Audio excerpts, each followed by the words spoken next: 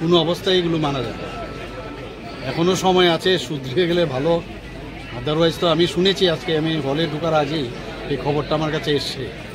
এর আসল সত্যতা আরও আমি যাচাই করে তারপরে আমি কমেন্ট করবো এই বিষয়ে। কিন্তু যা হচ্ছে সেটা ভালো হচ্ছে না।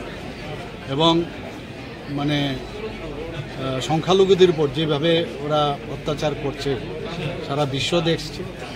আমি আশা করি আমাদের কেন্দ্রীয় সরকার এবং আমাদের কেন্দ্রীয় নেতৃত্ব এইদিকে নজর রেখেছেন এবং যথাসময়ে যথা ব্যবস্থা নিশ্চয়ই করবেন এবং আমরা সেই দিকে আমরা তাকিয়ে আছি। আমাদের ত্রিপুরার যেখানে প্রশ্ন, আমরা 4 দিকের মধ্যে প্রায় 3 জায়গায় আমাদের বাংলাদেশের বর্ডার। কাজেই আমি বিএসএফ এবং ডিজি সাহেবের সাথে কথা বলেছি যেন তীক্ষ্ণ নজর রাখে এবং সেই দিশেই কাজ করছে সবাই।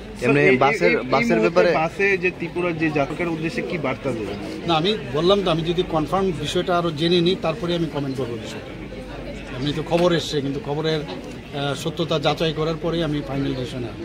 স্যার, আরেকটা বিষয়, আপনি কালকে এটা দেবেন না বলছেন, এই বিষয়টা আপনি কিভাবে? এটা তো তাদের মতামত, আমার জানা নেই, এটা ব্যক্তিগত মতামত।